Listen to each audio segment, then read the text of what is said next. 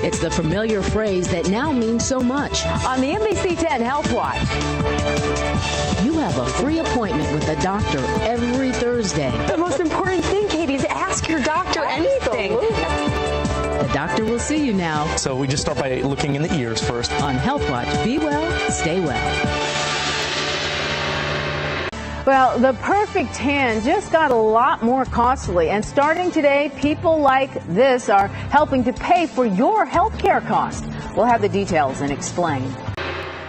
Welcome to Health Watch, Be Well, Stay Well. I'm Renee Chenault-Patat. Every Thursday at 5:30, you have an appointment with us and Dr. Allison Brucker, who is here to answer all of your health questions. Send your questions to NBC 10 Health Watch on Facebook, and I'll be back in just a few minutes to answer your questions. All right, we'll see you then.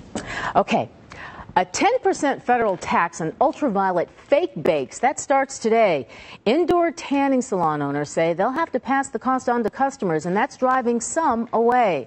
The tax will be used to help pay for health care reform. It will cover only tanning devices that use ultraviolet light, meaning spray-ons and lotion faux glows. Well, they're spared. Tanning salon owners say the tax is unfair and that customers should not be asked to pay more. These are not people that can afford an extra tax. The economy is already taking a beating on everybody as it is. It's another example of a small business just getting extra taxes. Well, not everyone thinks this tax is a bad idea. We said you'd be right back. NBC 10's Dr. Allison Brucker is here to tell us what one local doctor thinks about the tax. Well, not surprisingly, Renee, many doctors are saying that they support the tax and hope that it will discourage the use of tanning beds. I think it's a great move. That's how Dr. Victoria Cirillo Highland, a dermatologist from Bryn Mawr Skin and Cancer Institute, feels about the new indoor tanning tax. The most shocking thing in my practice is that I am seeing a huge increase in melanoma in young women between the ages of 15, believe it or not, and 29. Dr. Cirillo Highland believes that this increase in skin cancer can be attributed to tanning beds. The big risk with the tanning salon is that it increases your risk of the most deadly form of skin cancer, malignant melanoma.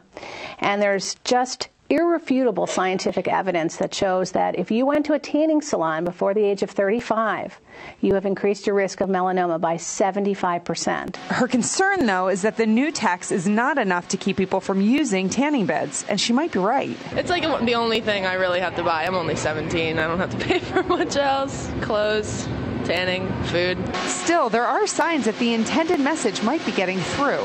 Obviously, with the sales tax, it shows that tanning is obviously not good for you, just like they did with cigarettes. But I still go tanning less frequently, I think.